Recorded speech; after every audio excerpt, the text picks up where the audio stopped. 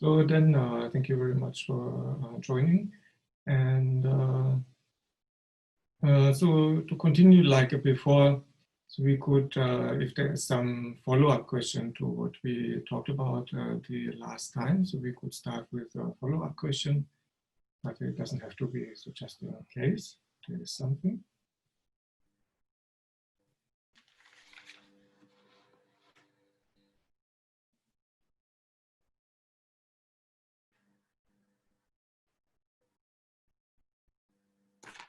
Venerable Fedor, it's Patty.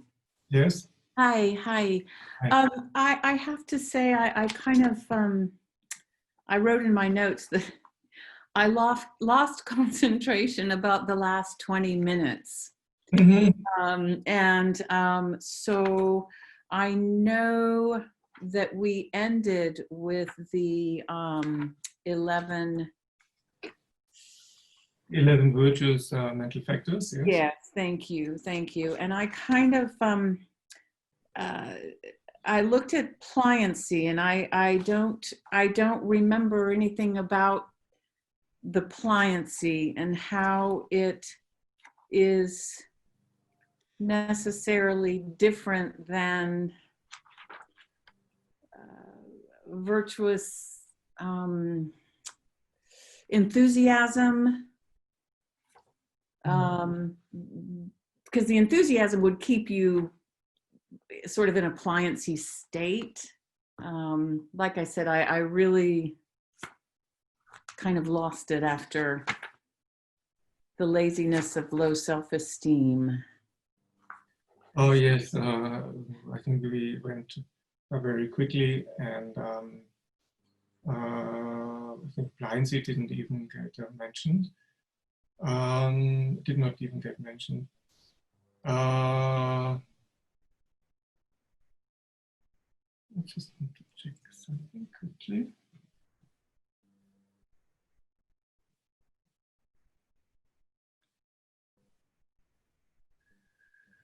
I believe, did we go through enthusiasm?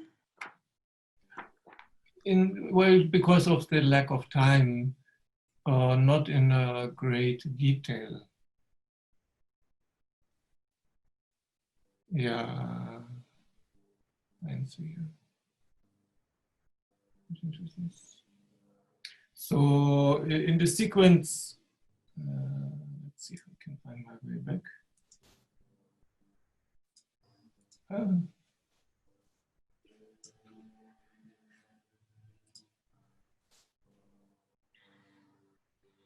Can you see me? Hello? Yes. Okay. Because at the moment I can't find my, I can't find the button to come back with the screen. Pliancy is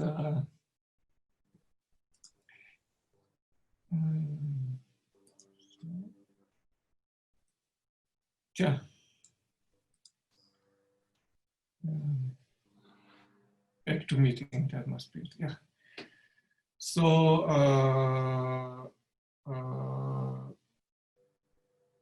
we can talk a little bit more about pliancy when we also talk about non-pliancy, which is one of the, I guess I don't think it's labeled like this, but it's what it is, which is one of the 20 associated afflictions.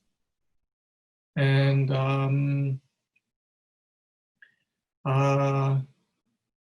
so pliancy is very special, and one has the physical pliancy and mental pliancy, and it is different from enthusiasm or enthusiastic effort. So in the sequence, one would have first enthusiastic effort and then pliancy. Regarding pliancy, there are two presentations. So there is the presentation according to the Abhidharma, which says that Abhidharma Kosha, which says that every virtuous mental state is accompanied by pliancy, which would sort of go sort of hand in hand with this common experience when one says, or if we do something good or we generate virtuous motivations, one automatically feels better. So one mentally feels better, one physically feels better. And but this is, of course, doesn't last too long necessarily. And then there's the pliancy that comes as a result of single-pointed meditation. So that is extremely powerful. And it's probably good to look at it later again and more closely in the context of the opposite. I don't remember right now the exact name. I think it's called, and in the moment I can't remember the name, to be honest. But what it is, it's the opposite of pliancy, like non-pliancy, one of the 20 associated afflictions. And that is what the beginner usually often experiences when they start to practice Dharma, practice meditation. It's like a very strong heaviness of body and mind when it comes to the practice of virtue. So that is it, so there's a very strong correlation, like a 100% correlation between non-pliancy and the afflictions, and also afflictive tendencies of body and mind, which block virtuous practice. So it means that as soon as the mind turns to virtue, it becomes tired, it becomes heavy, it becomes like an old lorry that one can't drive anywhere. But then that same person, in one moment, they feel a total lack of energy and tiredness and they want to go to sleep. But then like a friend calls, and asks whether they want to go out or they want to go to a movie. And all at once they're full of energy. And then so for the next, until late at night, they can be on the road. So, so that's why pliancy is virtuous. It relates to a workability of body and mind to practice virtue. And it is blocked by, so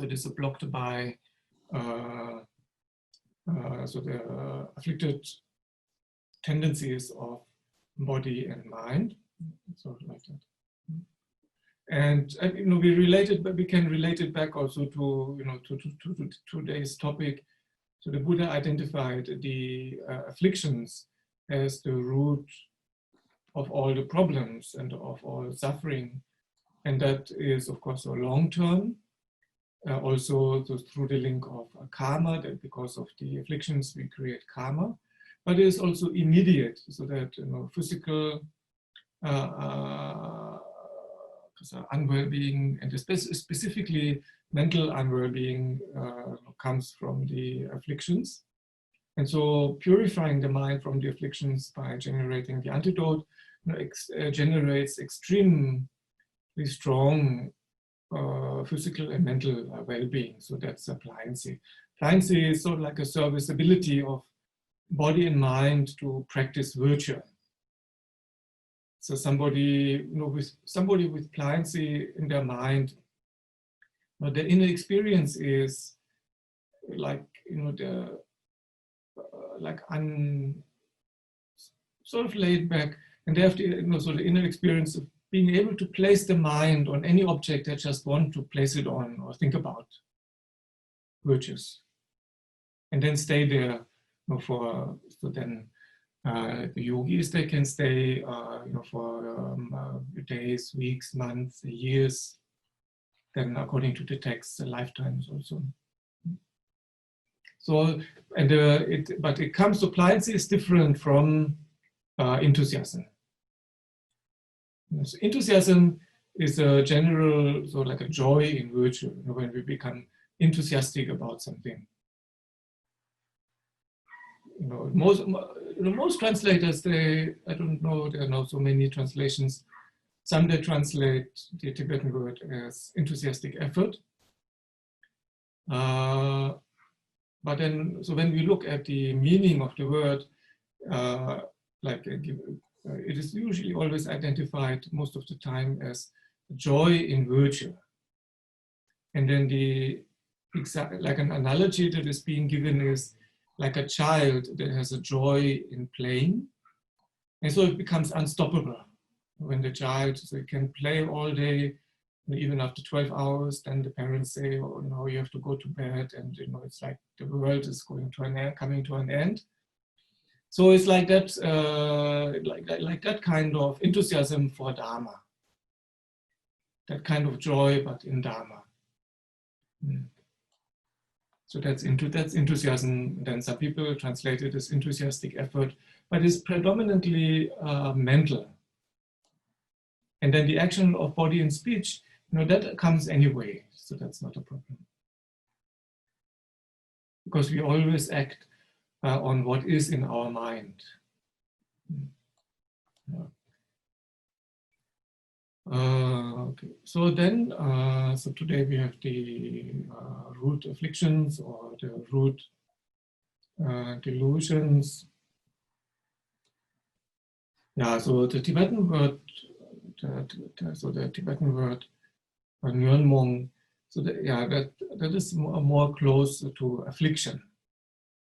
So it is, the idea is it is something that afflicts the mind, like a mental disease, a mental problem. And so the definition is, in general, for an affliction is a mental factor that makes the mind extremely unpeaceful. So then one can think about, why does it specify so extremely unpeaceful? But anyhow.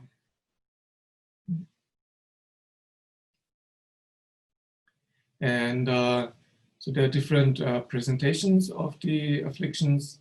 So the most brief one is the one of the three poisons: attachment, anger, ignorance. And then, so today we are going to go through the more elaborated one, the what is called the 6 root afflictions.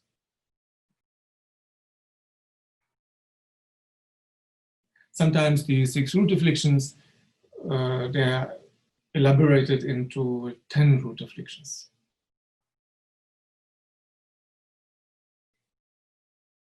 And then the more elaborate are the 20 associated afflictions.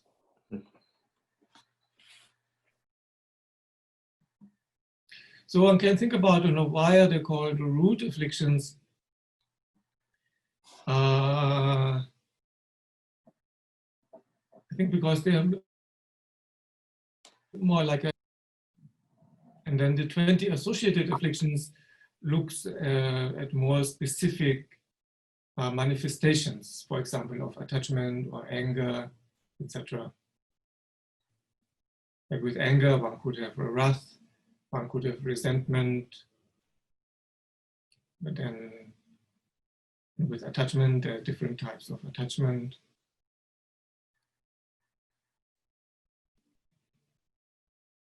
So I think in the text, so the first root affliction that it is talking about is attachment.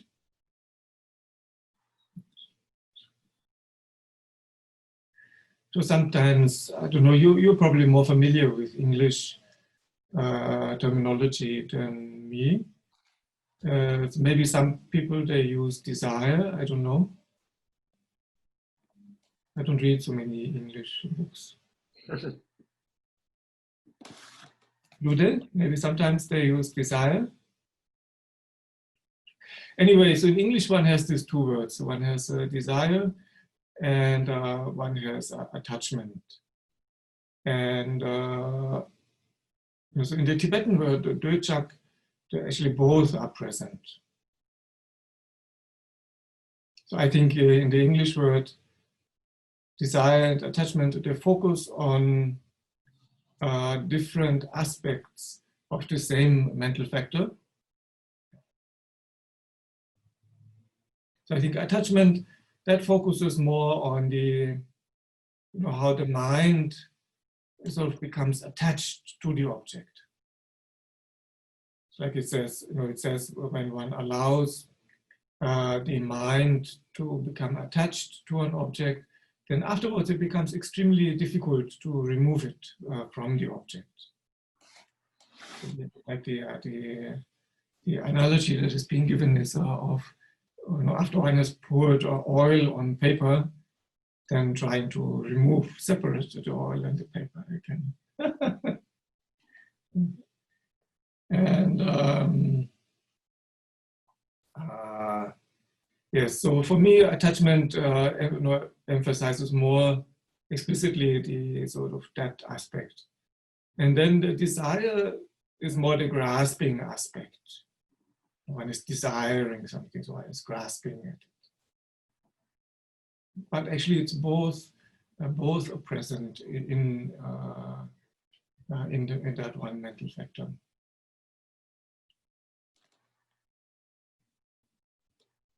So I think one very important aspect, which is actually applicable to all afflictions, is that so that afflictions, so afflictions are always not rooted in reality.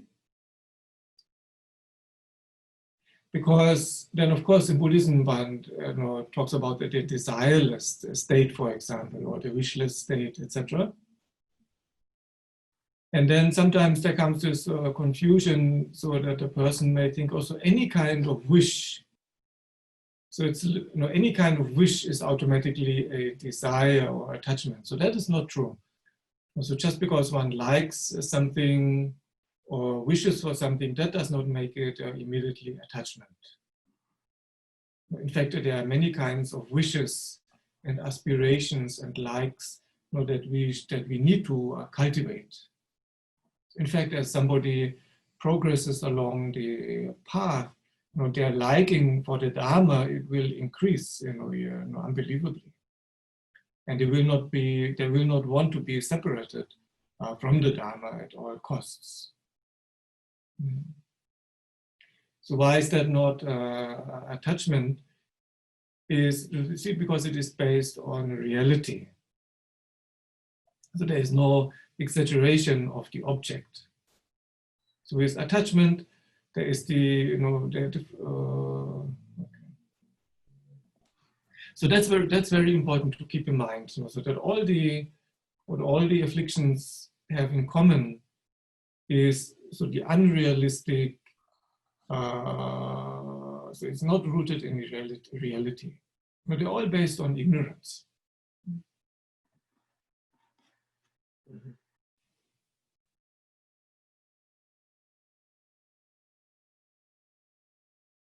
So of course the root cause of attachment is ignorance, but then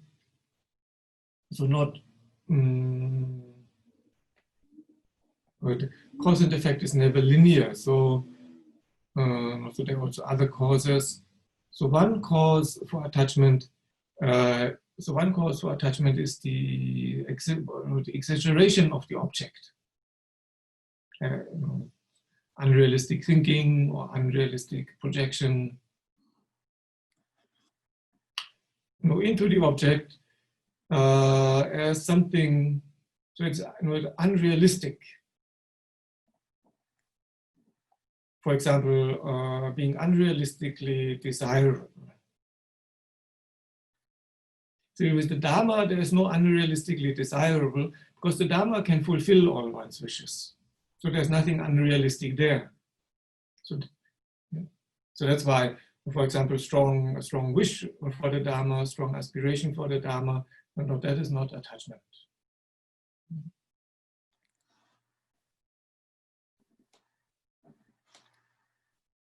So, attachment necessarily is based on ignorance and unrealistic projections.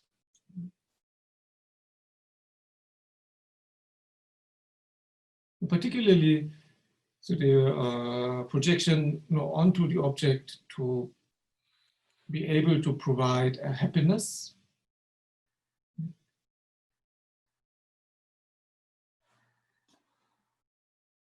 So what do you think comes first, the unrealistic perception or projection and then attachment, or first attachment and then the unrealistic projection? Which one comes first, do you think?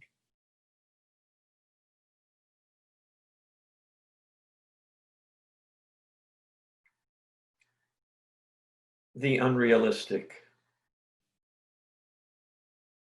Yeah, so in the sequence in the mind, so the unrealistic projection, that comes first. Because if the object does not appear as desirable, then the mind does not grasp at that object. Now, the very fact, and at that moment where the object appears as undesirable, the mind immediately rejects the object. Simplistically speaking.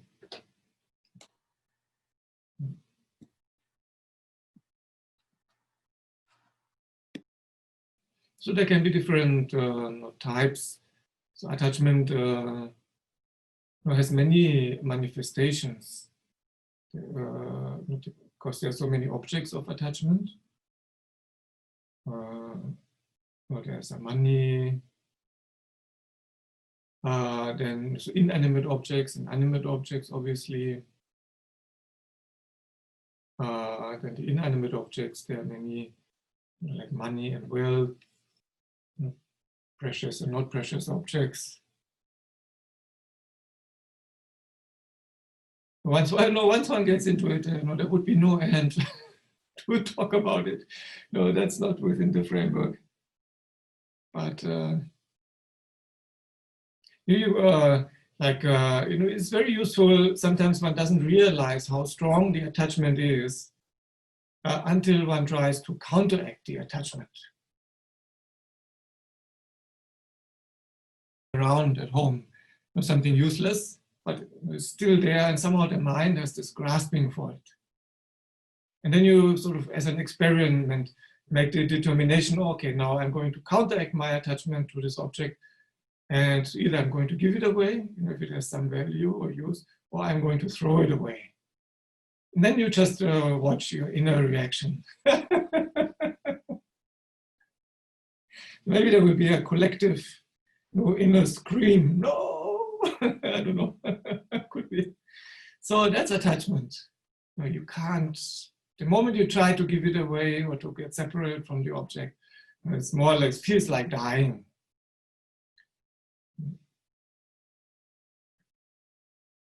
And that's, and so in our mind, they're sort of mixed together, but in sequence, it's really based on the unrealistic exaggeration of the object.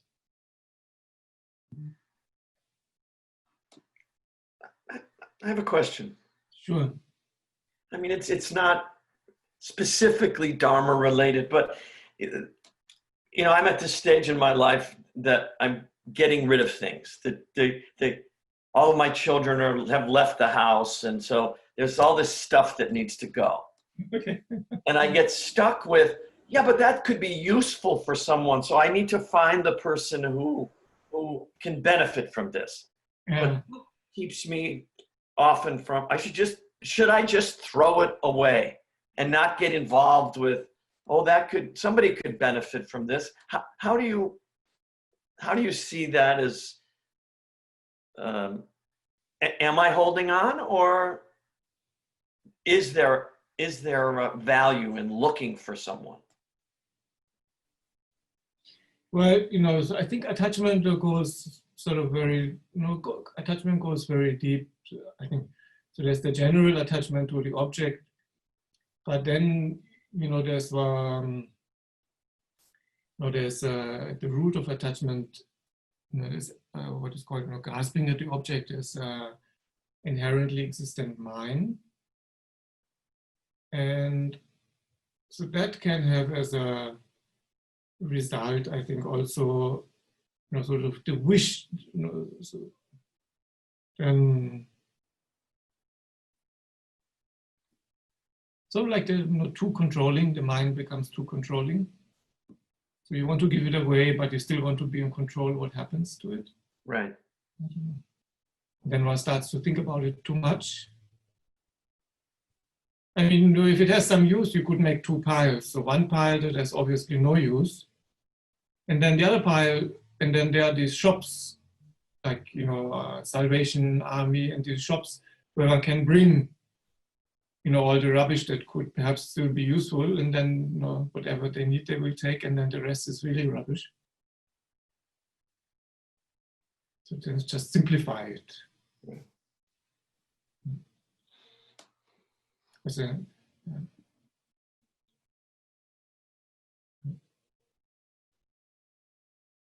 I mean, that's that is a fair idea. So not to throw something away that is useful. You think, it's useful for somebody else. But sometimes, one needs to be very. I think one needs to be very careful. The conceptual mind that is powered by the grasping at inherent existence. I mean, then someone has to have made a determination, so one wants to give it away, but still, within sort of trying to figure out, how can it be more useful, and then one goes through this whole process, and that's also not necessarily liberating. Then it just complicates things.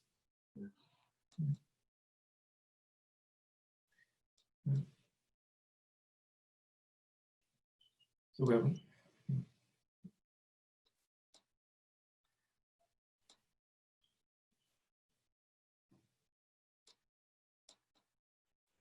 So sometimes maybe one could think of an option, or is my conceptual mind under the control of grasping at inherent existence and mine? Is it not just complicating things, or is there some value to that thought process? And maybe there would be like a simpler option, like just making two heaps, and then the one heap where there could be something useful, then just driving it to the Salvation Army or whatever. They're quite simple solutions sometimes. And then just see what happens in the mind. And sometimes then in the mind, there's this, the I and mine, or the grasping at I and mine is very strong in the mind. The grasping at inherently existent I and mine, that is very strong in the mind. It creates a lot of problems.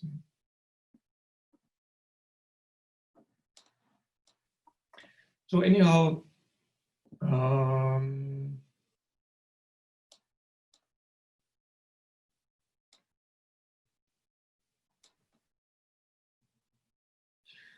so it's good to know that there are these two stages. So the unrealistic projection, and then the attachment.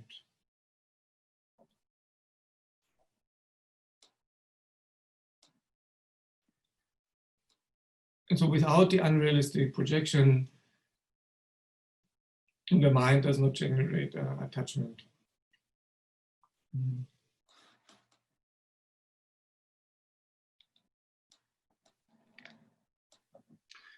Venerable Fedor, I have a question. Yes. Can we get attached to our mind? Can we become attached to our mind? Yes. I know we usually get attached to our body. Our body is very important to us. So we get to be detached to our body. But what about our mind?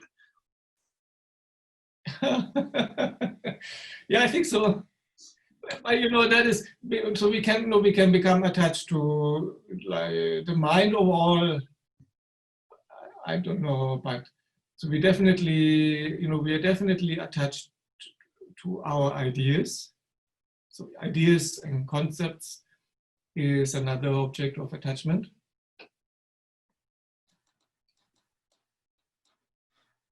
Some people, they become attached to their knowledge. My knowledge.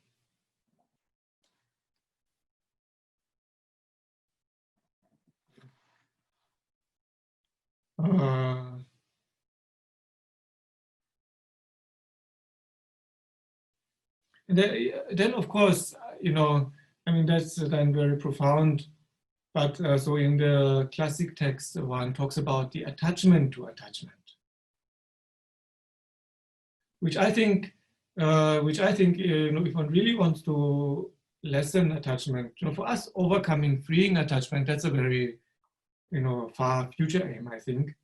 But to lessen attachment,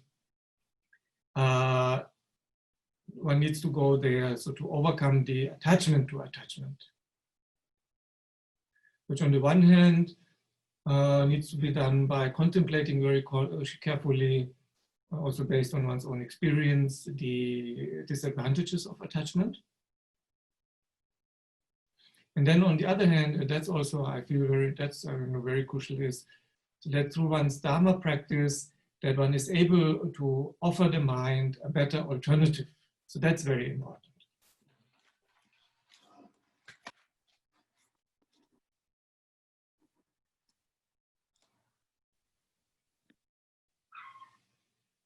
So that the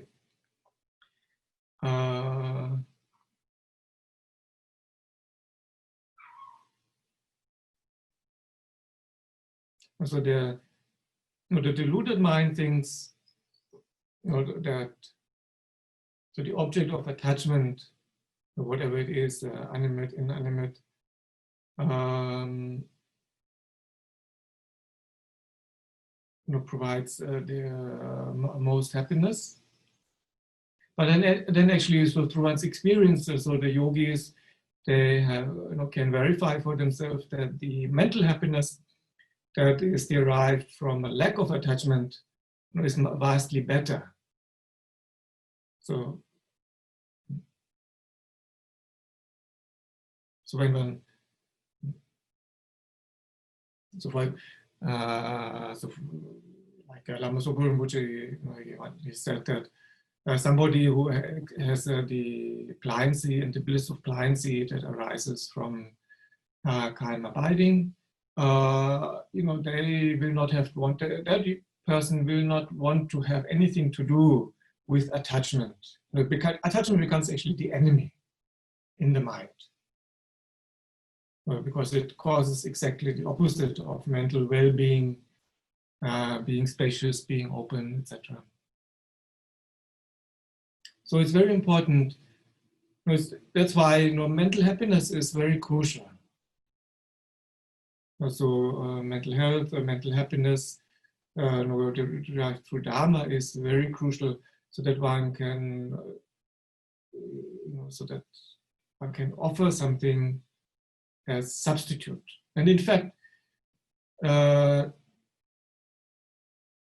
know, over time, what happens is that when the person practices the Dharma correctly, so then the mind recedes from the afflictions anyway, naturally. The person will want to have less afflictions, simply based on their experience.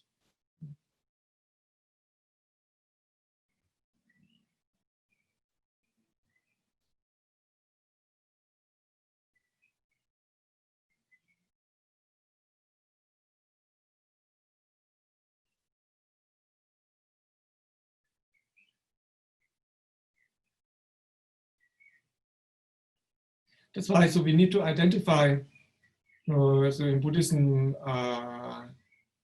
so living with mindfulness and introspection is very crucial. The more crucial part almost is introspection, so wisdom. The mindfulness is more for getting the stability, the mindfulness of the virtuous object, but then also through introspection, so to become aware, analyzing the mind at different times, in one's life, and then for becoming, so through this one learns more and more about how the mind functions at different times, and so then one also notices, that whether it happened through one's Dharma practice or some other circumstances, that actually less attachment, so a lessening even of just of one attachment, so it gives a certain peace in mind that has a very special quality. So then to identify this, and then so to remember it also, and to return to it repeatedly in one's mind.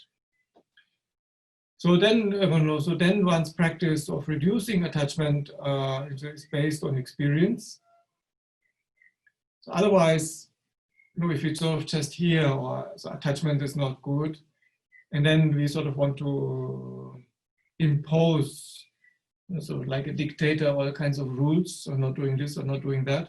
So then it seems to the mind, of course, so the religion tells me, anything that makes me happy or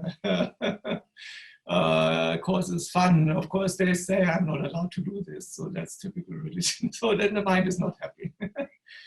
And anyway, one can't, there's no way simply by imposing, a certain rule to then reduce the attachment just like that. So that's not possible anyway. So it's a very slow, also a gradual process through understanding and also personal experience. So also comparing the states of mind, because that's the deluded mind always follows the attachment and thinks that is more happy, that is happier, but it never turns out that way. And in fact, then the mind is always relieved actually when there is less attachment. So that as a generality always feels better. But then because of strong inner conditioning, the mind always returns to attachment again.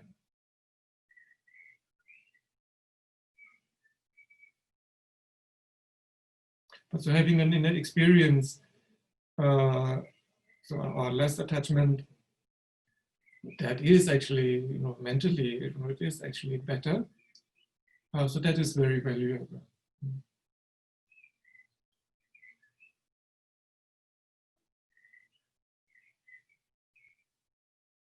And yeah.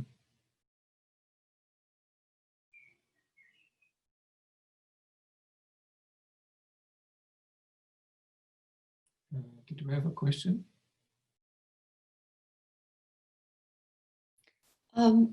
Venerable Fedor, I do have a question following on George's question, which is, what's the relationship between attachment and self-grasping?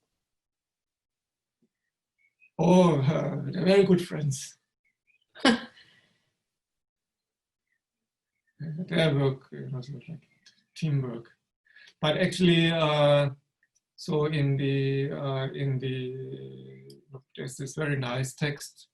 So actually, I wanted to bring to save postage, but now it didn't come. So when the postal system works again, I will send some copies to the center. So there's this very valuable text. It's called "The Debate Between Wisdom and Ignorance" by Panchen Losang Chogi Gyaltsen. It's a very unique text. Actually, it's almost totally unique in its format, because it is a first-hand conversation between ignorance and wisdom realizing selflessness. And so in there, ignorance identifies attachment and anger as its minions. So self-grasping is ignorance. So self-grasping ignorance identifies attachment and anger as its minions. So self-grasping ignorance, so the view of this sort of concrete self,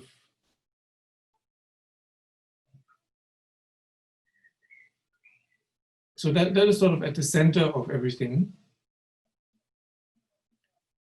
So the deluded side. And so it will do anything to protect itself. And so, so attachment and anger are sent out as minions.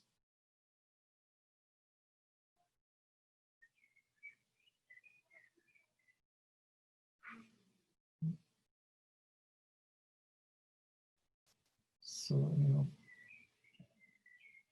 so anyhow, I just thought maybe to give an example for the how the like this process of first elaborating the object into something desirable, and then then comes the attachment. Like with with objects, one can identify this process quite well. Like when a new object, or maybe also a new clothing or whatever. So when one first sees, how does one first see the object? So a lot of the time, probably now it's mostly online, or maybe a magazine or in a shop. But then the first one is the object, but there's not necessarily immediately a strong attachment generated. So one sort of looks at it like the first person, when mobile phones were new, or smartphones were new, and one would see the image in the advertising and would sort of think, oh, so what is that? What is that? But there's not necessarily immediately the wish there of wanting to buy it. And there's certainly not the feeling there, oh, my life will be incomplete if I don't have this. I will be an incomplete person if I don't have my iPhone.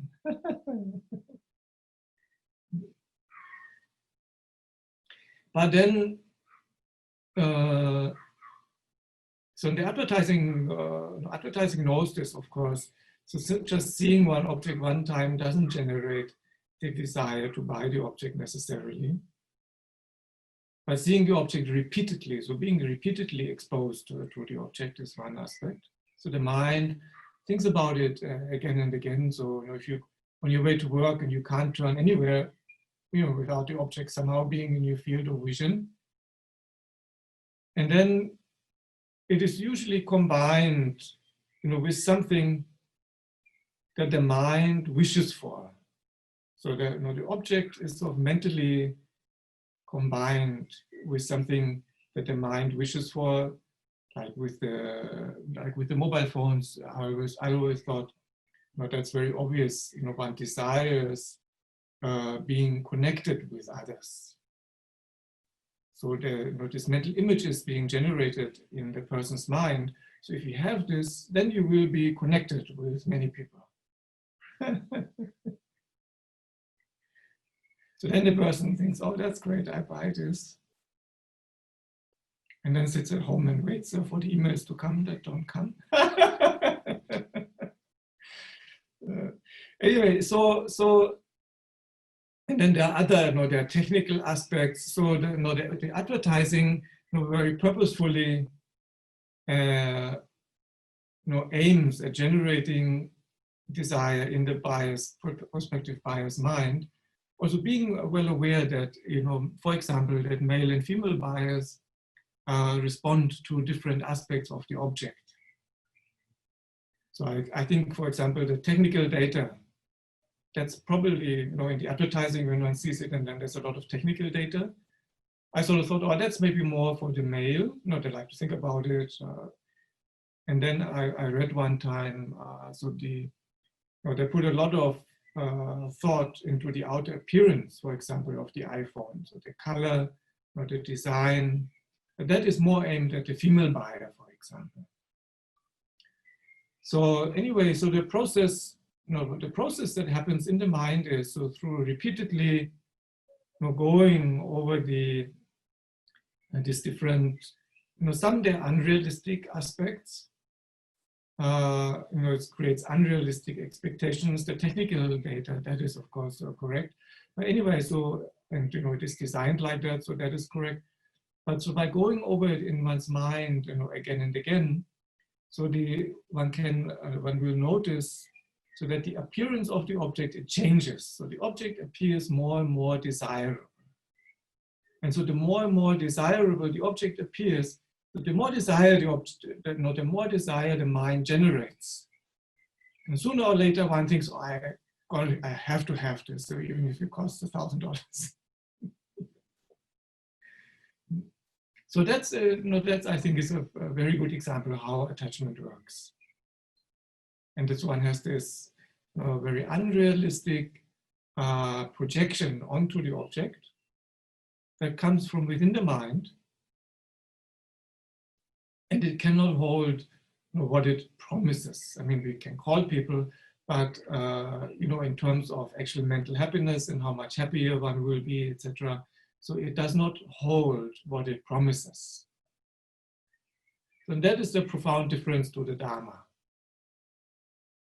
So the Dharma, also the more we study, the more we value the Dharma, and also the more desirable it appears, and so the more we want it. But it's not just to go back to the difference between attachment and simply a strong wish or aspiration, but it is not deluded, it is realistic. So it's not attachment. So attachment is always unrealistic, that's important to know. So it's for all the afflictions.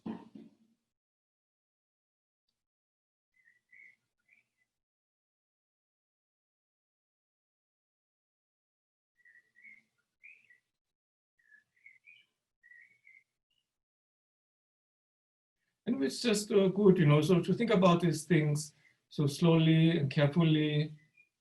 So also checking, does that really describe the way my mind works, how the afflictions are generated in my mind?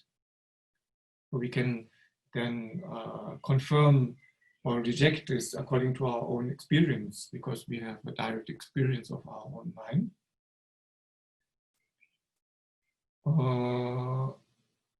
So then, I think so. The next one is in the sequence is anger, I think.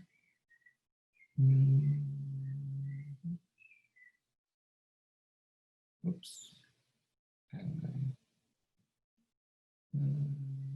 Attachment.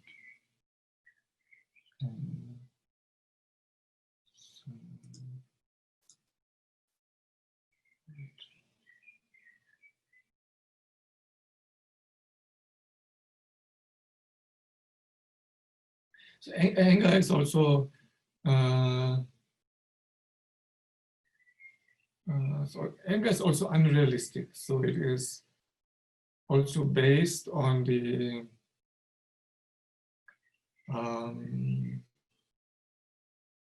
now the negative elaboration of the object into something negative.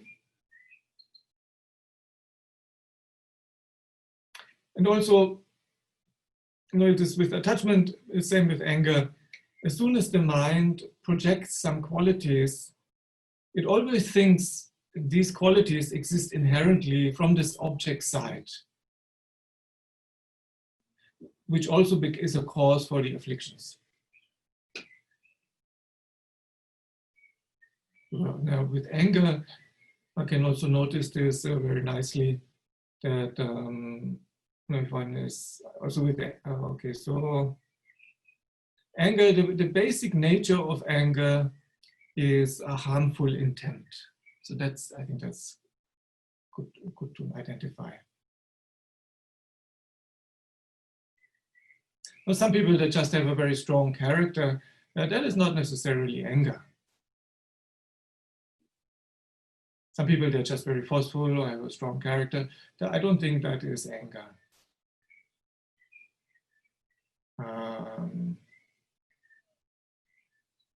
No, anger is a mental poison.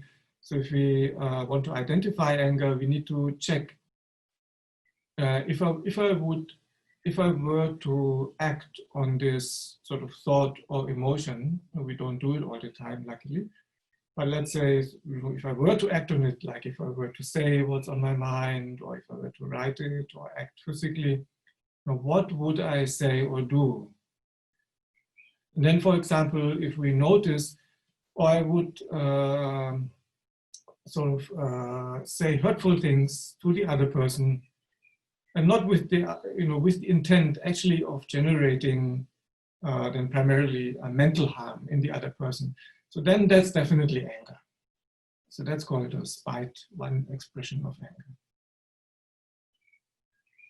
So the nature of anger, that's why I said, out of anger never anything positive comes, because the nature of anger is wanting to harm and destroy the object.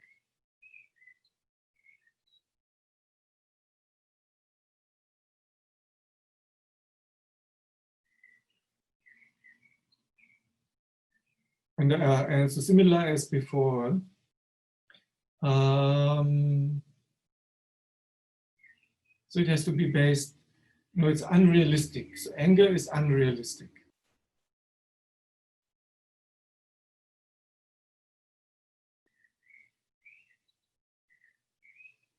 There's a negative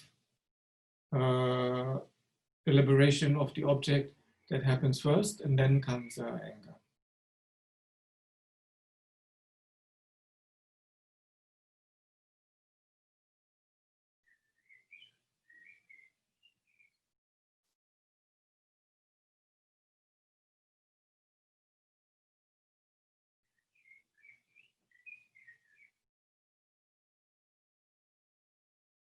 So one way is one thing that is very common is that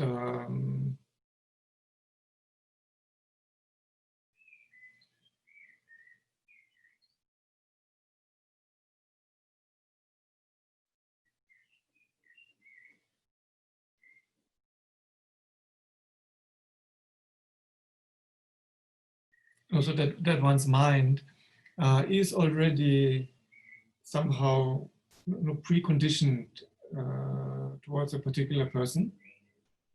And then that person says something or does something. And then the mind just thinks, oh, here we go again. So it is actually, I think what happens is that what the person says or does is sort of used to reinforce, the idea that one has already formed of that person. But then the mind sort of starts to, immediately the person starts to appear in a negative light. And then one goes over it again and again. So the mind then remembers also all the other things that the person did in the past. And sort of, it's almost like the mind meditates on it. It goes over them. It's like it has an inner list. And it goes over that list again and again. And so the more the mind does this, so the darker the person appears. And in the end, one doesn't see anything good anymore in that person. So I think that is a very common experience. And then, so at that time, if one were to ask one's mind, is that person really so negative? How they appear? Sort of trying to see whether one can see some discrepancy between appearance and existence. If one can generate some discrepancy, recognition of a discrepancy between appearance and existence, or the object, the person appears in that negative light, but they are not really that negative. And probably so the answer, from within will be, no, that's exactly how they are.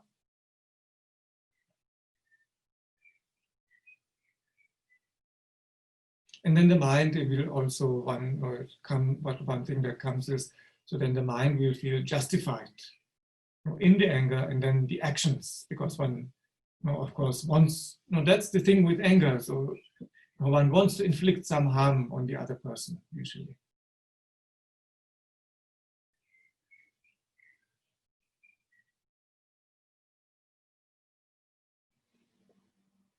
No, that's not always, it doesn't always happen like this. So that's just one scenario.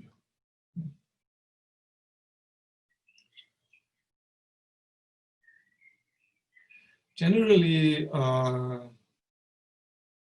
so they're grasping at inherent existence.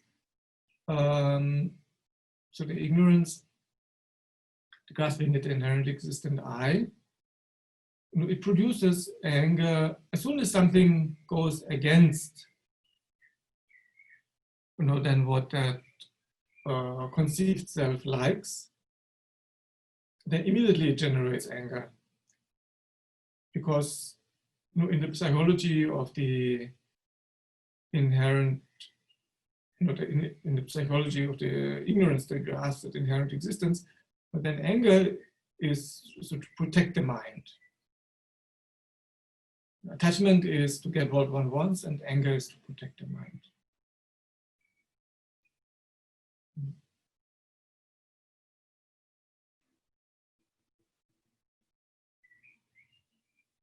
So that's why also, so one needs to be, I think, one needs to be cautious.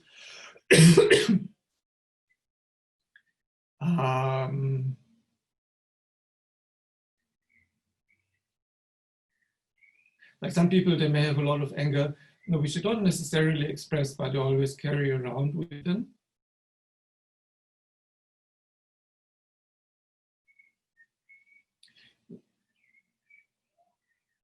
No, probably because then inside there's sort of the feeling I need to, constant feeling as I need to protect myself.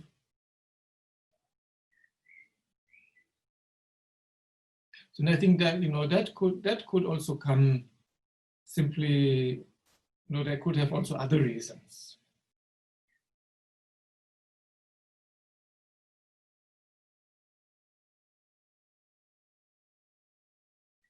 Like, like do you think it's good to have a strong self, or is it bad to have a strong self?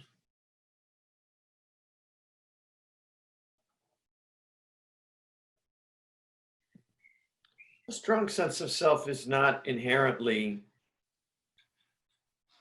cause one to create harm. In fact, it can be quite useful. Yeah, I think if it's of a strong sense of self, that is based on on reality. I think that's just what I think, but there's no guarantee that it is really like that. But my impression is that sometimes some people, they recognize, or there's like actually inside there's like a feeling, or like of a lack of, it's almost like a lack of self or a lack of confidence, and then they try to counteract, to balance that, so by blowing up like self-importance. That one, I don't think that is very healthy.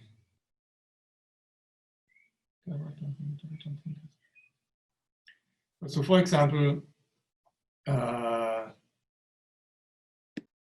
there's in the meditation on rejoicing.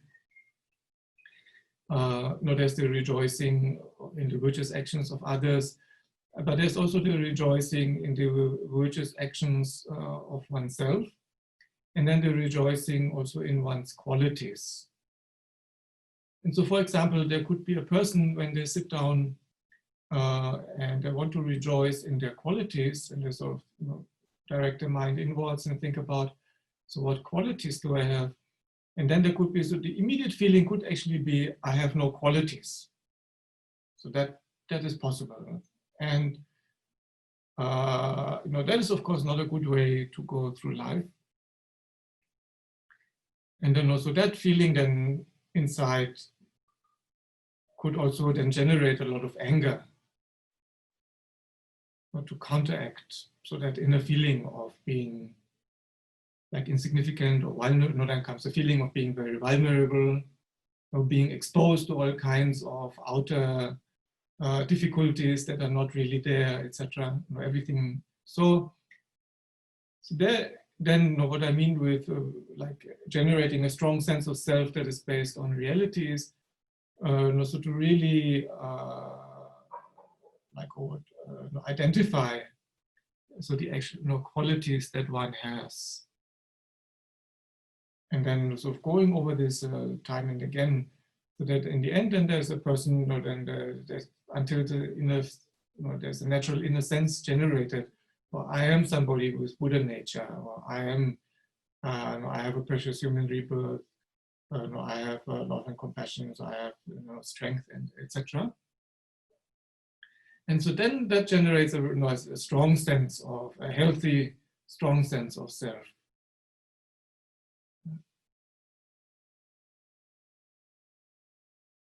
So that's why sometimes, when we counteract anger, so it's important to look at all the angles. And as Shantideva says, in the meditation on patience, actually the very first meditation that he gives is a meditation on mental happiness, because he says that mental unhappiness is like the well-fertilized ground for anger. Like if you have a garden and then the garden is, we fertilize it very well. So whatever we plant, it immediately grows. So if we have mental unhappiness, for whatever reason, and so somebody that that sort of deep inside feels, I'm insignificant, I have no qualities, that would automatically, I think, generate mental unhappiness and sadness. And then that also, one thing is it sort of turns the mind inwards, like in a negative, onto itself, not in a healthy way. And then it produces mental unhappiness. And so the mind becomes very susceptible also to anger. It blows up very easily also.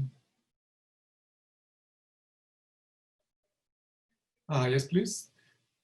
Hi. Teresa, yes. Yes. Would you say that this idea of anger, that it feeds on itself? So when someone's angry, it's very easy to stay in that cycle of anger, that it's almost like if there's a fire burning, and so that anything that happens around that object or person that causes anger can sort of add fuel to that fire, so the anger builds until there's like an interruption.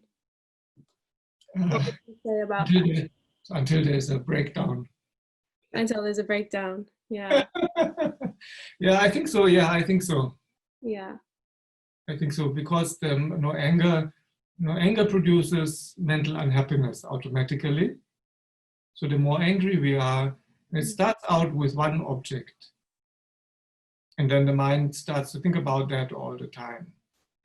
But then, and that makes the mind unhappy. So that's one immediate effect in the mind, is that anger produces mental unhappiness. And so this mental unhappiness then makes one very susceptible also to other getting angry because of other things. So it can be anything minor can add to the anger, and so it becomes more strong even than before. Yes, and so like with all the afflictions, it's not so much, I don't think it's too much, the difficulty is not so much in recognizing, that one has, for example, that one would be in such a spiral. But the difficulty then is more, how do I actually get out of it? That is a more, and thinking long term also, how do I not get into it in the first place? And I think for that, so one needs to look at all the, all the causes and conditions for the anger. And so I think, I think that is very profound what Shantideva says, that so the unhappy mind is the fertile ground for anger. So that's why practicing Buddhism, especially practicing patience, actually means cultivating mental happiness, I think. Because the person that is mentally happy, they automatically get less angry.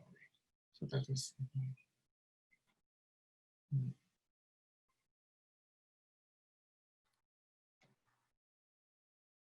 And then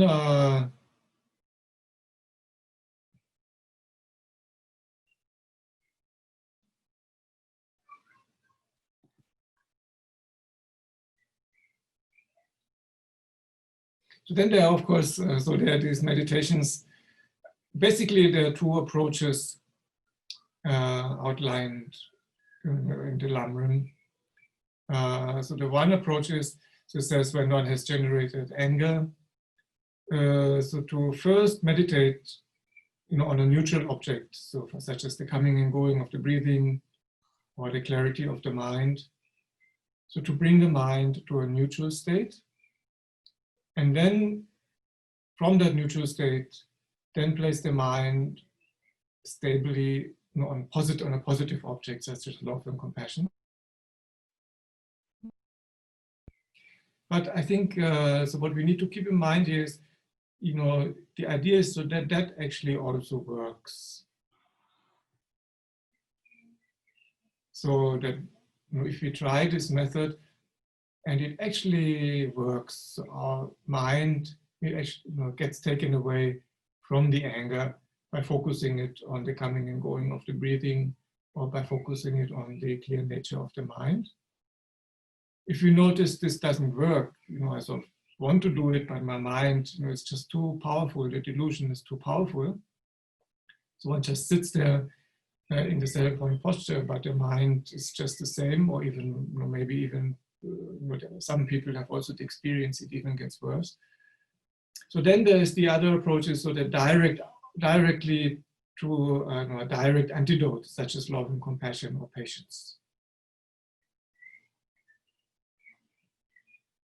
So there is, so there are many antidotes, of course. So one antidote we already talked about before is remembering the kindness of the other person. Then also one very important antidote is to meditate on the dependent arising. So to investigate the dependent arising, how the other person is under the control of their afflictions, their own difficulties in life, their own negative experiences.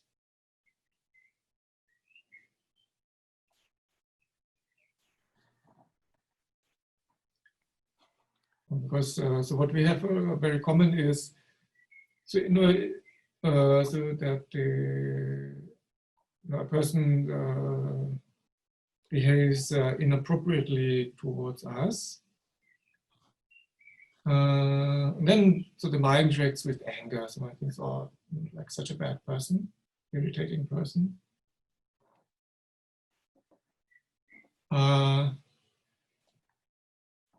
Until one comes to better to understand, why that person is like that. For example, as soon as one very common factor is, as soon as one understands, like they have had a difficult childhood. Presently, their situation in life is very difficult. All kinds of things. People that are under unbelievable amounts of pressure all the time. Work, family, problems with the children, problems at work, health problems. So the more one thinks about it, and in the end, it's sort of, I wonder, that they didn't go much crazy before. Anyway, so the mind generates a certain understanding of this dependent arising, and then immediately the anger becomes less, they become more an object of compassion. So then immediately the mind thinks more, oh, the poor thing, what could I do for them to help them?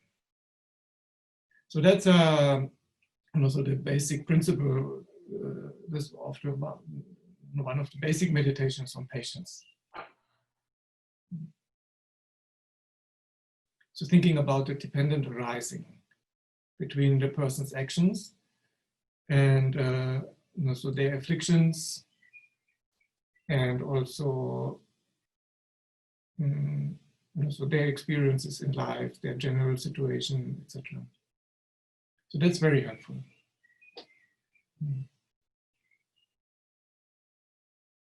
Then, of course, also one dependent arising is the dependent arising to one's own karma, but that maybe comes later.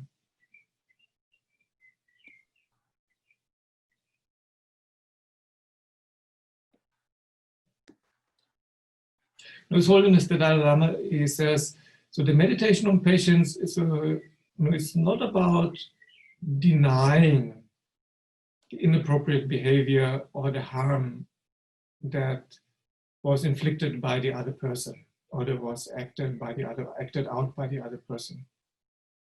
And so the patience actually is based on the recognition of the harm and the actions, and then applying the methods. So that's very useful, I think.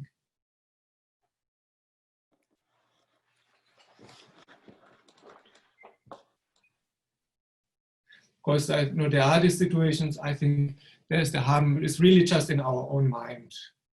I think that happens a lot.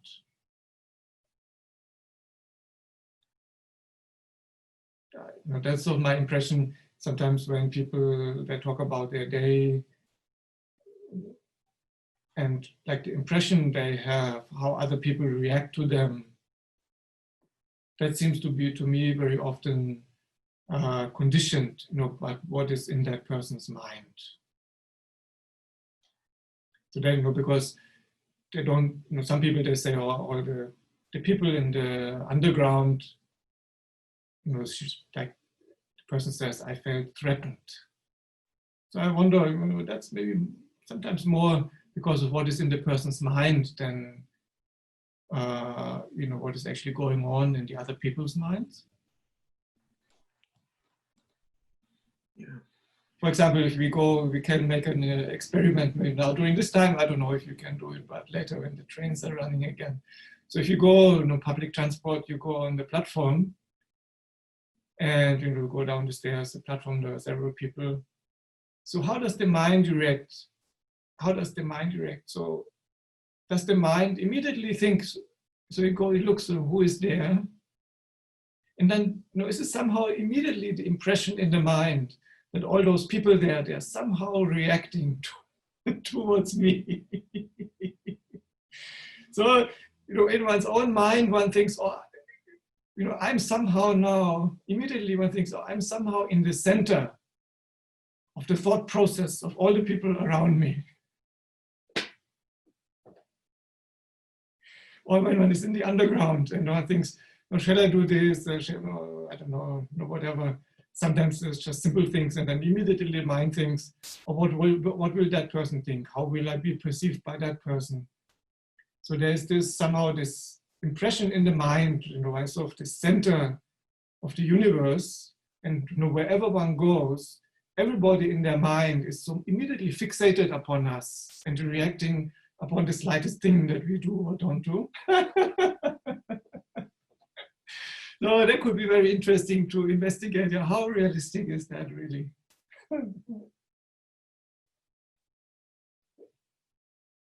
And then what the other people do, we then interpret in our own way. Somebody, they may look at us, but in their mind they're somewhere else, but we don't know, what's going on in their mind. And then they start to frown. So immediately we think, oh my God, what did I do? Now they don't like me, No, they in their mind, maybe they were just thinking they had a fight with their spouse in the morning, or they're not exactly looking forward to going to work, so they start to frown. Then another person, they smiles. Immediately we think, oh, that person really likes me. I look really well today. They smile at me. Maybe they smile because our hair is standing up so nice. So anyway, the point is, it's a lot of these experiences, to me, I think the correct term is this, so they're very subjective.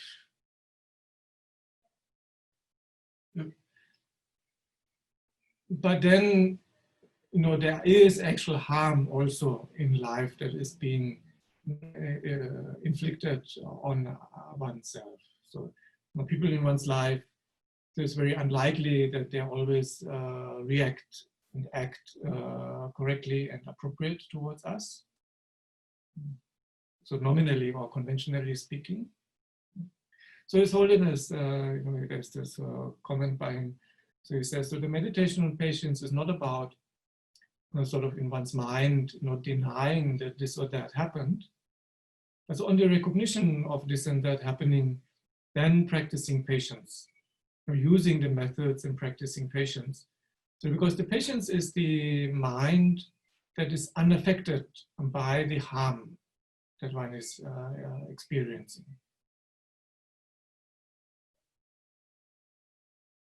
And then so in the best case, then one generates even compassion.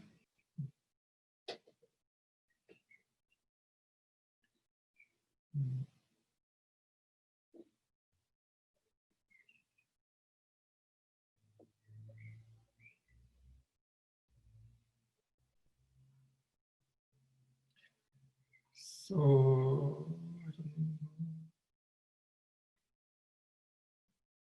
So then the next affliction is pride of the 6. So there's the sequence: attachment, anger, pride.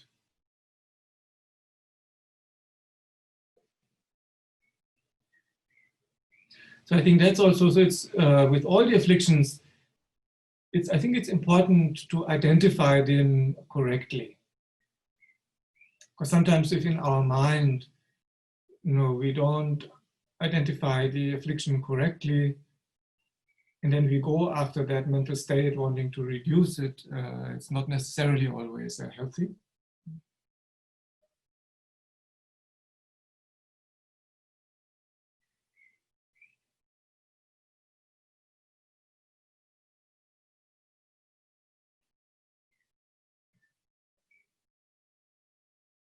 So pride, pride is sort of like a blown up, sort of like a disproportional, unrealistic sense of self-importance. It's like a blown up balloon. So there can be a realistic sense of, that is the difference. So there can be a realistic sense of, I don't know if one knows, always the thing with the labels of self-importance or self-worth, and then this blown up sense. So if in our mind, we recognize I have the ability to attain enlightenment, and so therefore the happiness of each and every sentient being, it depends on my actions in the long and short term. So that generates, that is a very strong sense of self-worth, but it is realistic and healthy.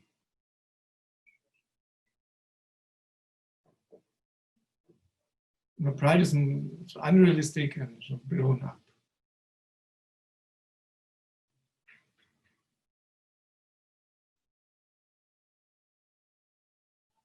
Like this, this healthy sense of self-worth that in the example that I just described, where one realizes or the happiness or success of the other person, so that depends on me, it will not give rise, so one will have a healthy sense of self and self-worth, but one will not feel,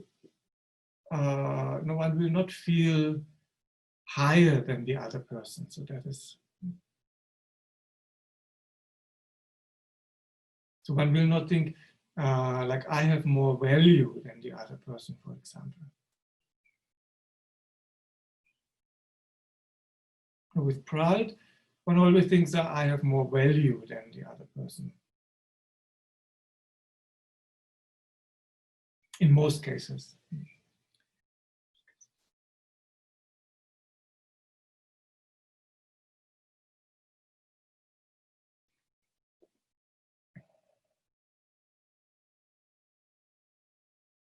So also this, that comes actually in Buddhism.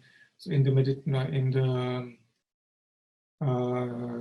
there's the meditation to generate bodhicitta, called the 4 steps of exchanging self and others. And so there in the first step, what is called the equalizing of self and others. So there's also a lot of meditation on the kindness of others. And so there's a lot of meditation on the kindness of others and the interdependency of others, self and others.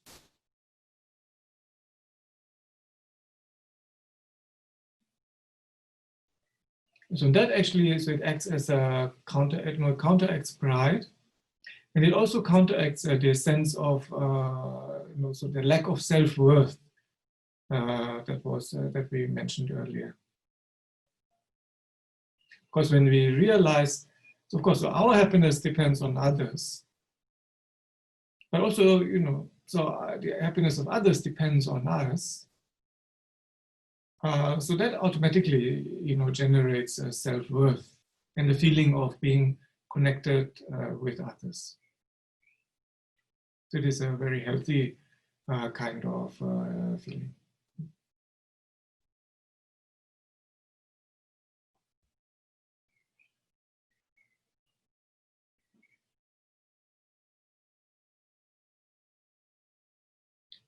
Pride is, in the extreme forms of pride. So wherever the person looks, they will always think whatever person they look at, they will always think, oh, that person is below me.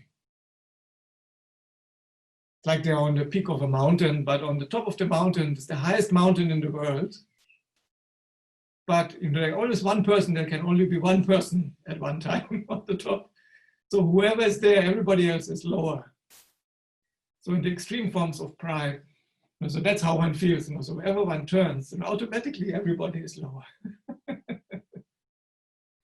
And I mean, that sort of sounds, that's almost a little bit comical. But I think pride has also this, it's like almost an evil aspect, because one thinks then also I have more worth than all these other people.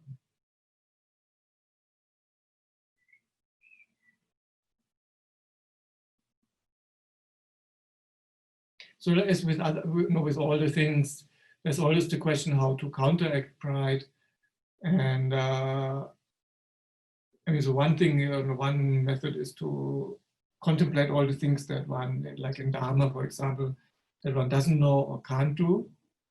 But so also meditating on this interconnectedness with others, what is called so the meditation on the kindness of others, that is also a good method, a very healthy method to counteract pride and generate self-confidence at the same time. So that, you see, that is a subtle, that is a very important difference. So pride is harmful, and in the end, it needs to be completely eliminated. But so self-confidence, having a healthy feeling of self-worth, etc., that is necessary. So to be able to distinguish between these two.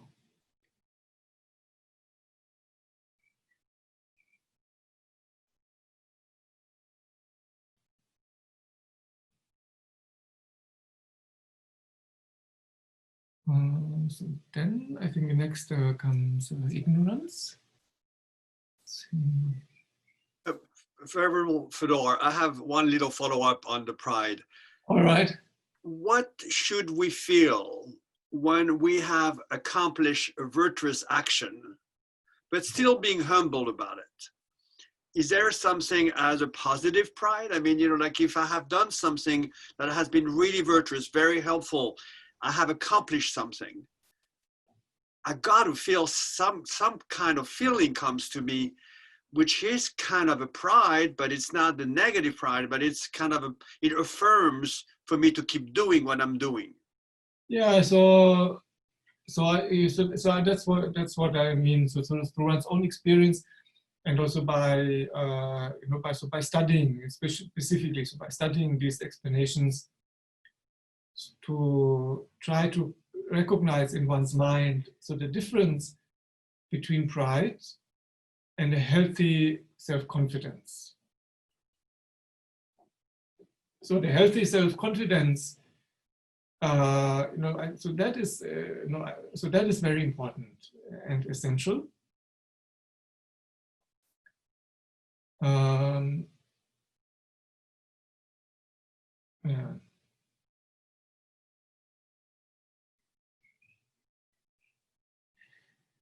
It very often it helps to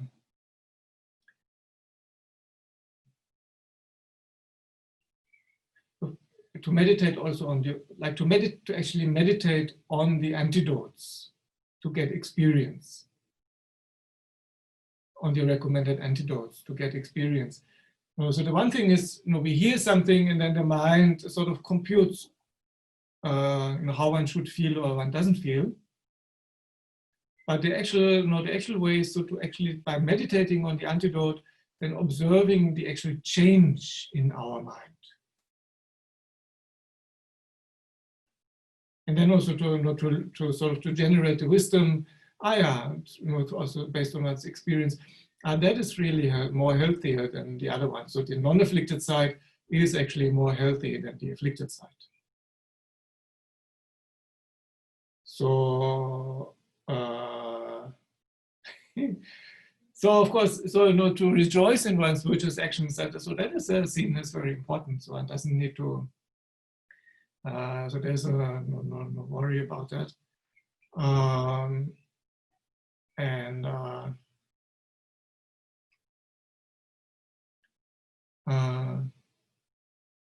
So for example, what could happen is, maybe not at the beginning, but what could happen is that after some time, pride creeps in as we think more and more that the virtuous actions that we engage in, it's us that did it. So the mind forgets about the dependent arising. The mind, it depends on, like all virtuous actions come only in relation to others. We only know about the Dharma because of our teachers. Then the mind, so if we recollect, so the dependent arising, so we are aware of a dependently arising virtuous action and rejoice in that. So then there will not be much pride there, or any. But over time, then if you think, so I'm so virtuous, like it's from the inside, sort of inherently. There's a subtle difference, but profound difference, and then we become proud. So, simply by meditating on the antidote, by not thinking, oh, how should I feel or not feel, that is actually a very nice way, because of the Buddhist way, sort of slowly, step by step over time, that we actually, so we meditate on the antidote, and then actually sort of try to get a feeling for the antidote. So how does my mind change, by actually meditating on the antidote? So to actually let the antidote take an effect on the mind. And then we can observe, for example, if we meditate on the antidote of pride, something is counteracted in our mind, so then that means we had pride. If we sort of just try to look at our mind and try to identify now, do I have pride or not in this? Not so clear. But then if you meditate on the antidote and let that take effect, so then if it takes some effect, then we had pride. If the antidote, if there's no pride, then the antidote doesn't have any effect because there's nothing to counteract. So that is that's actually a very useful method to identify the afflictions also.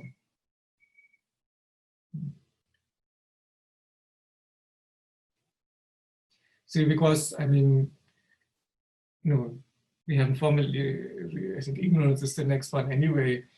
There's, so there's ignorance in general, and then the sixth root delusion is the wrong view, and in that, if it's expanded, so, the prime one is actually the view of the transitory collections, which is the grasping at inherently existent I and mine in one's own continuum, which is identified as the root of cyclic existence. And that sort of grasping at inherent existence is exactly the opposite of dependent arising.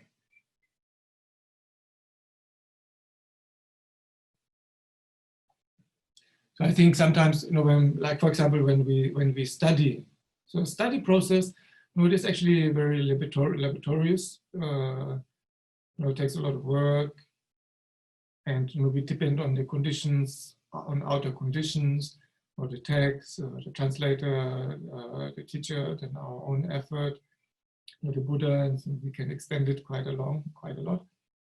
So the lots of the dependent arising is very big. Then when we have acquired the knowledge, and in a sense, I mean, we have to make it our own, in a sense, what we learn, that it becomes part of ourselves. We have to make it our own. But then if we forget the dependent arising, well, I think that's then when it happens that a person becomes proud, generates pride in their knowledge.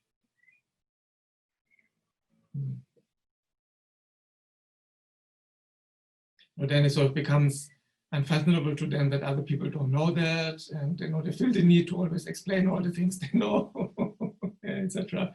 So there are all kinds of manifestations.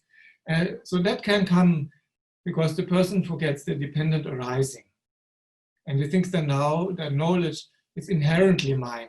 As soon as we think it's inherently mine, it automatically becomes the basis for. It is nominally we should make it mine, but it's a dependent arising.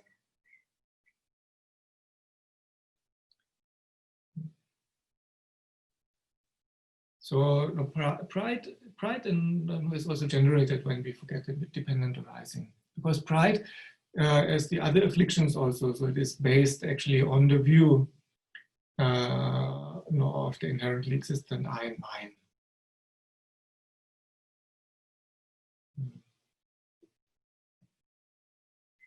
Yes, please, Teresa.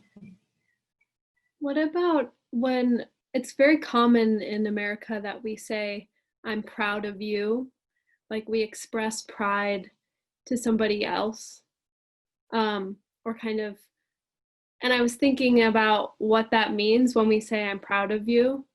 And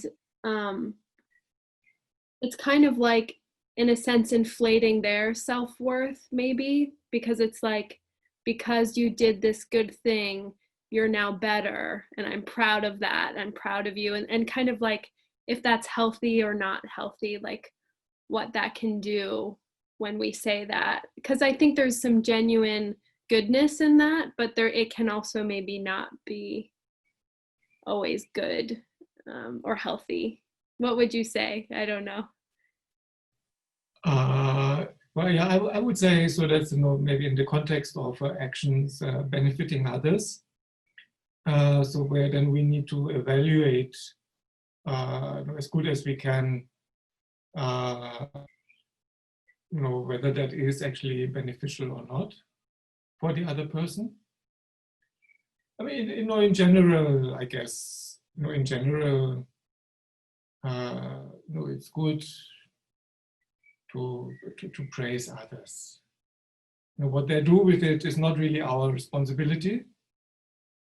But that would be absurd, so like us being responsible for, that all the people around us don't generate any pride. That would become, is not sort of realistic. But for example, in the case of like a parents or school teachers, where then the parent or the teacher recognizes, the student or child, so now they're proud because they did something right, but it was only a small thing. And generally, that person is somebody that tends to be proud. So then one can commend them, but also make them aware that it was really just that one action. So don't go down now. It's not now time to go and sleep, but study more. Just because you did one thing right, but that doesn't mean that now it's holiday time. And there is also a feeling in child psychology that there's been too much praise that we give our children, and what one should say is you should feel proud of yourself for what you did to generate more self-confidence, rather than I'm the one that is saying that I'm proud of you, so always look for my approval. That can work again. So you should be proud of yourself for what you did. Well, it gets very subtle, but yeah. I know one thing is that, not everywhere, so like the views, it varies from country to country. right. And so the view in the United States, that's very clear. It's very much based on sense and individuality. So that you should be proud for yourself. That's like in other countries. I don't think in Japan or in Singapore, they wouldn't even have that concept. I think, I'm not sure.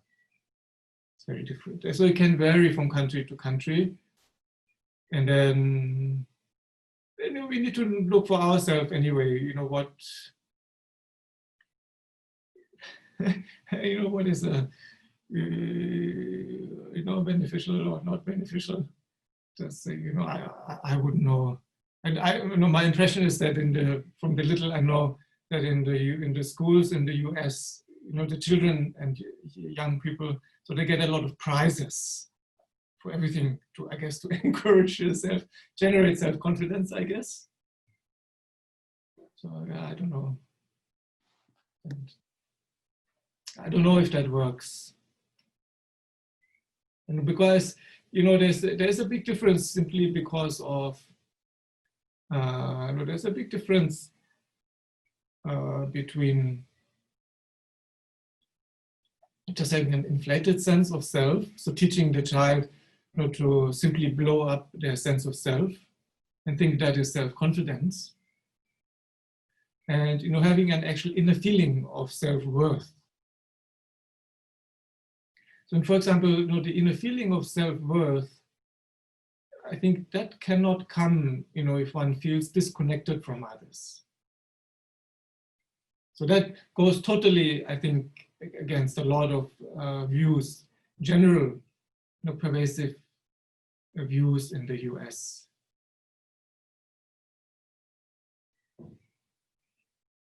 But so, the thing is, because,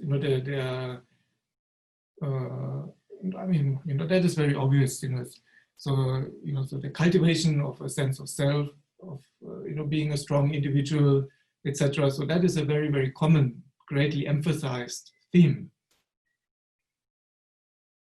But, if we take what we know about Buddhism into context, for the average person, they don't have, of course, a realization of emptiness.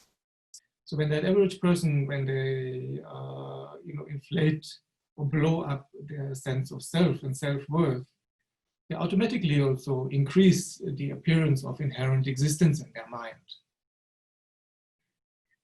And, there are no two ways, there's no gray zone there. So because they cancel each other out. So the more we think in our mind, I'm a self-sufficient, inherently existent individual, it automatically cancels out, in our mind, not in reality, but in our mind, it immediately cancels out, our connection with others. So the person automatically feels isolated more and more.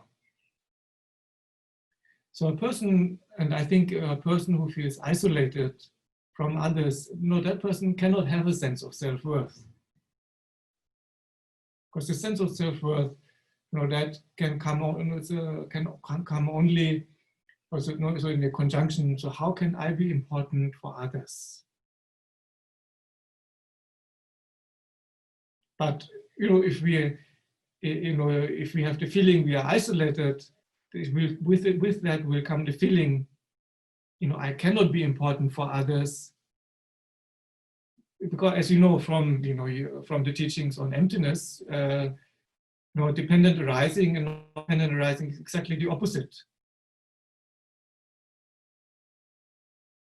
So inherent existence, feeling self-sufficient and inherently existent, immediately cancels out a dependent arising.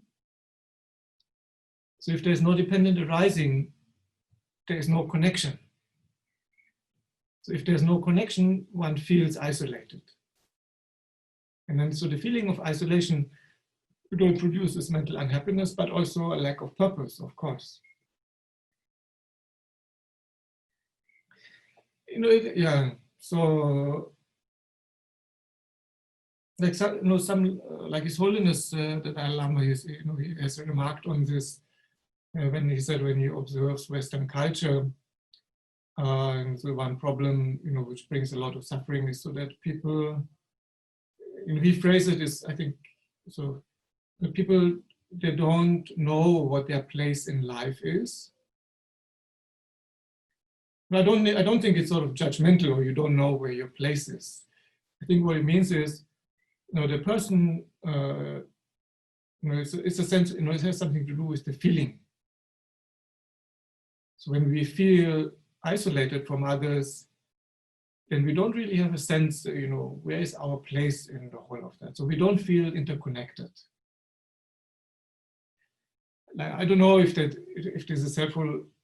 One acquaintance of mine, so she works as a, now they call it assistant in a law firm here in Munich. So, and so she related this to me based on her personal experience. So as an assistant, in the law firm, she's very low on the totem pole. So that causes mental problems. I'm lower, the lawyers, they're higher. They have gone to university, I never did that, etc. But then, so she put these teachings on dependent arising, and the label is so recollecting the kindness of others, but there's a lot in that teaching. It comes in the context of equalizing self and others. So she put this into practice, and she said immediately all of that fell away, on all the problems, because she sort of recognized that there is this dependent arising between herself and so the lawyer that she works for. And so the reality is so that the success of the lawyer actually depends on her work. The lawyer is totally dependent actually on how well the assistant does or does not do their work. So she said, so by changing the view, somehow, that's often the thing with the Dharma. So it is like a change in the mind happens that, when one experiences it, so it makes a lot of sense and it feels very healthy. But then trying to convey it to others, it doesn't necessarily, it's not necessarily understandable. So I think she had this experience, actually here, even though there is higher, but his success completely depends on how well I do my work. So there's this, and immediately, like a lot of problems, they fall away because the person recognizes that dependent arising. So I think that's what His Holiness means, in the Western society, where people think in very individualistic ways, and the mind gets trained in individualist thinking, in individualistic ways, because our mind is under the control of ignorance. So that increases also, the appearance of inherent existence. And so the appearance of inherent existence, it cancels out dependent arising. So there's, on an experiential level, the feeling level is less and less connectedness with others. And I think that leads automatically also to like a lack of self-worth. So, just hypothetically, so one could give the child a lot of trophies, for this and that. And I mean, the child knows this was actually meaningless, but I got a trophy anyway because everybody got one. So, but it may not necessarily generate the desired,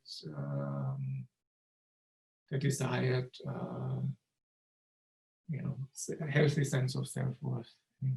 Anyway.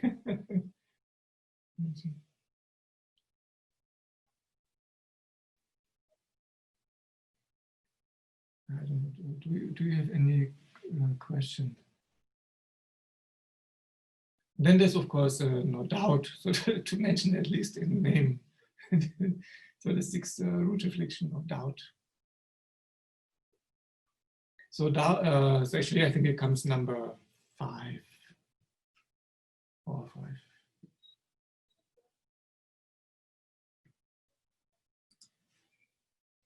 Yeah, ignorance, and then comes doubt, and then wrong views, afflicted view. So with a doubt, I mean, I don't know if you have a few more minutes. So here again, it's not doubt in general, it's afflicted doubt.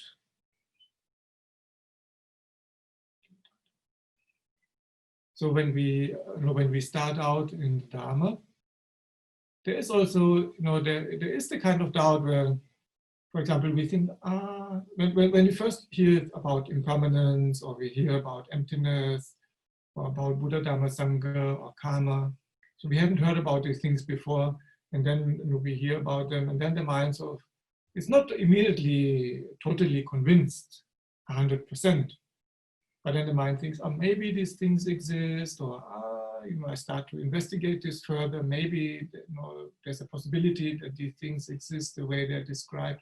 So that is a healthy way of doubt. That is a healthy way of doubt. So no, that is not a root affliction.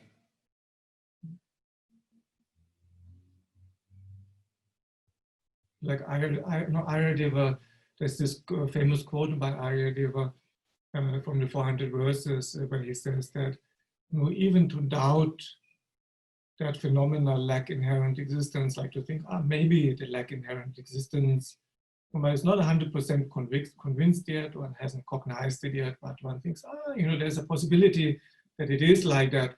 So he says already that shakes the foundation of cyclic existence and creates a huge amount of merit.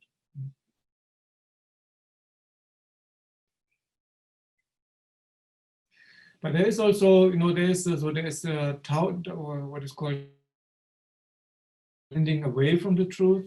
So that is not useful.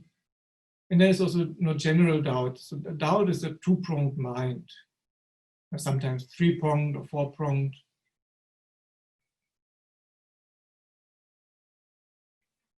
And I think one needs to be, also very careful. My impression is that sometimes, so the conceptualizing mind, it generates a lot of doubt about a lot of things that is totally unnecessary in daily life. And it generates a lot of anxiety.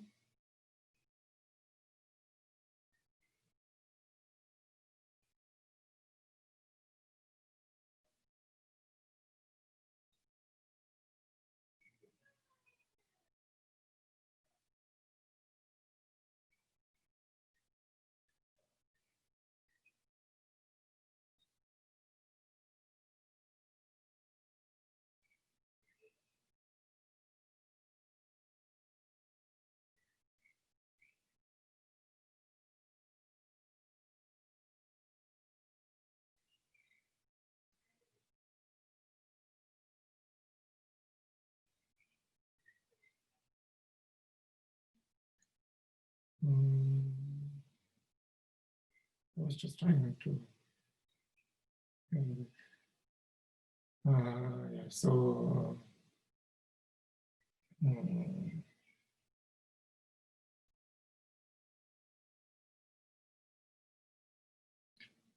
Yeah, I don't know, maybe a good example now in the during the Corona crisis, and so then one sees so some people, so they get exceedingly, well, that's just my view. Like I just some days ago I saw this video on YouTube of this person. So they came out of the supermarket, and then while they were in the supermarket, so they wore this rubber gloves, maybe that one would wear, the doctor would wear or something.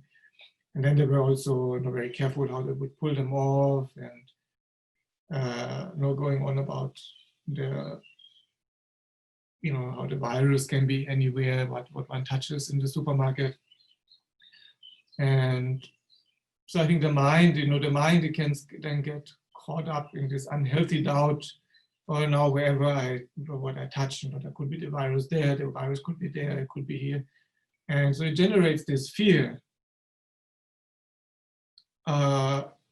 which totally, leaves out actually the crucial point, don't smear it into your eyes, ears, and nose. So when you come home or just regularly, at work, just wash your hands regularly, and then there is no problem. So there can be this kind of doubt, it's just like a kind of overthinking, and it generates a lot of anxiety.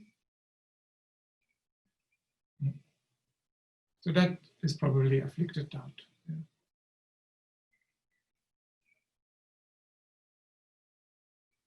And then there can be also doubt, the doubt tending away from the truth, that it can come in Dharma from mistaken analysis.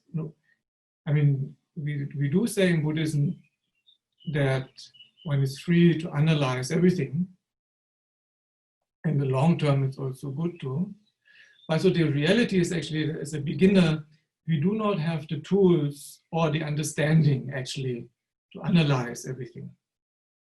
So we need to also know one way, and we need to know how.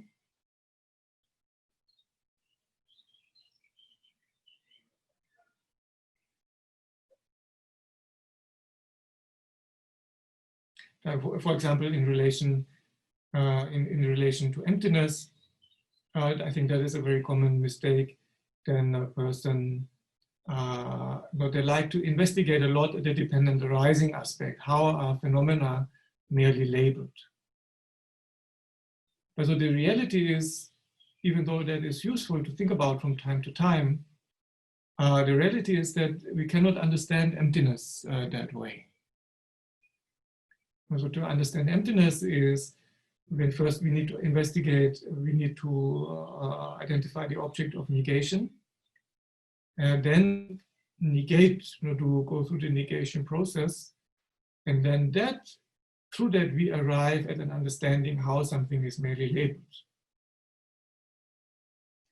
Just trying to understand how everything is merely labeled will not produce an understanding of emptiness, and in fact, because one cannot understand how everything is merely labeled without having an understanding of emptiness first, so it can have the opposite effect, so that the person then generates the doubt tending away from the truth. So that would be like one example, so that while we do say in Buddhism that we need to investigate and we need to analyze, it's not cowboy country, not just shooting at anything. We also need to know how and to be discerning what we can analyze and what not.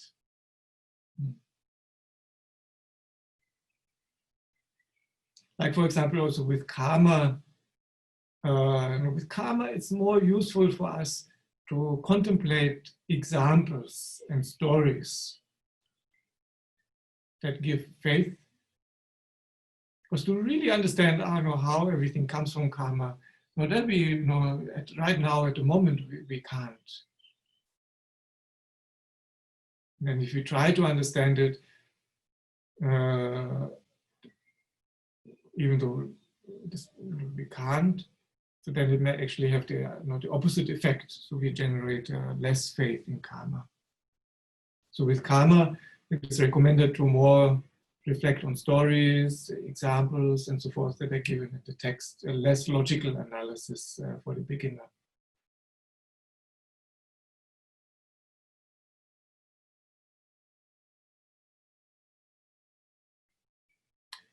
All right, so that was, so we went, at least in mere name, we went through the 6 root afflictions. Then, so we can just dedicate the merits. So it's good to think, oh, these are not some mini merits.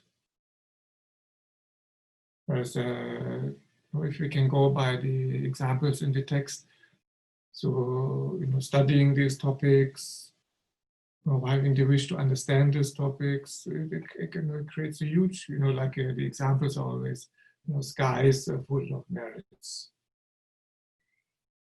So one doesn't just have, I don't know, doing a session like this, we don't just have like one mini cup of tea of merit to dedicate, but like a whole universe full of merits to dedicate and to rejoice in.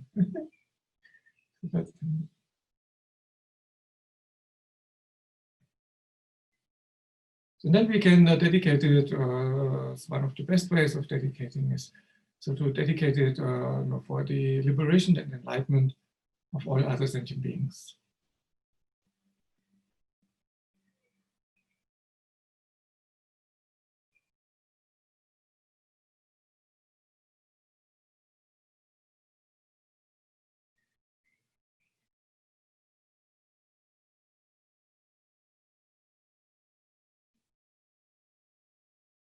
All sentient beings immediately attain the state of Chenrezig, Shakyamuni Buddha.